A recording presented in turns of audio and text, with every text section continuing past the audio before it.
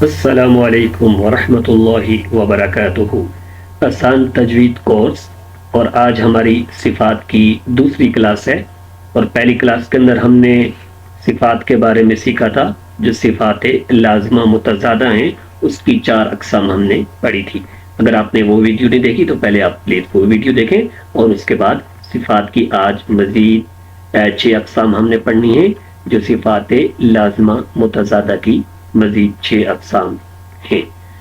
تو وہ کون کون سی 6 اقسام ہیں، ان کے نام کیا کیا ہیں، اور کون کون سے حروف میں وہ صفات پائی جاتی ہیں، آج کی کلاس میں ہم وہ سیکھیں گے۔ آپ سے ریکویسٹ ہے کہ چینل کو سبسکرائب کریں اور دوستوں کے ساتھ شیئر کریں۔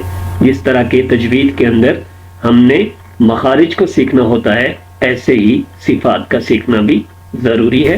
تو سب سے پہلے ہم نے دیکھنا ہے استعلاء کو، اس کے بعد دیکھنا ہے استفعال کو، اس کے بعد دیکھنا ہے اطباق کو، اس کے بعد انفتاح، اس کے بعد اذلاق، اور اس کے بعد اسمات۔ یہ 6 صفات آج ہم نے پڑھنی ہیں، اور ان کی تعریف کیا ہوگی، کون کون سے حروف میں یہ صفات پائی جاتی ہیں، آئیے وہ جان لیتے ہیں۔ تو نمبر 5 پہ آج ہماری جو صفت ہے وہ صفت استعلاء ہے۔ استعلاء کا معنی ہوتا ہے بلند ہونا، یعنی جن حروف میں یہ صفت پائی جاتی ہے ان حروف کو حروف مستعلیہ کہتے ہیں، اور ان حروف کی ادائیگی کے وقت ہماری زبان کی جڑ اوپر تالو کی طرف بلند ہوتی ہے، اس لیے ان حروف کو مستعلیہ کہتے ہیں، اور ان کی تعداد 7 ہے، یعنی 7 حروف مستعلیہ ہیں۔ ان کا مجموعہ دیکھ لیتے ہیں کہ وہ 7 کون کون سے حروف ہیں۔ قاف، ظا، خا، صاد، ضاد، غین، طا، یہ 7 حروف مستعلیہ میں سے ہیں۔ اب ان کی مثال دیکھتے ہیں، جیسا کہ قل، قل، خص، قل۔ قاف کی ادائیگی کے وقت ہماری زبان اوپر تالو کی طرف بلند ہو رہی ہے، ایسے ہی خا کی ادائیگی کے وقت بھی ہماری زبان اوپر تالو کی طرف بلند ہو رہی ہے۔ خص، خص۔ آج نمبر 5 پہ ہم نے دیکھا ہے استعلاء کو۔ نمبر 6 ہمارے پاس جو صفت ہے وہ صفت استفعال ہے۔ اب یہ استفعال استعلاء کی ضد ہے، یعنی اس کا اپوزٹ ہے۔ اب استفعال کا معنی کیا ہوا؟ استفعال کا معنی ہے نیچے رہنا، یعنی زبان کی جڑ کا نیچے رہنا، جس سے آواز باریک نکلے۔ جن حروف میں یہ صفت پائی جاتی ہے ان کو حروف مستفعلہ کہتے ہیں۔ تو حروف مستفعلہ کی تعداد 22 ہے، یعنی یہ جو حروف مستعلیہ ہیں ان کو چھوڑ کر باقی تمام کے تمام حروف مستفعلہ ہیں۔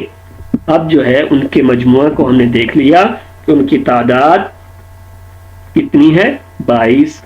اب اس کی مثال دیکھ لیتے ہیں۔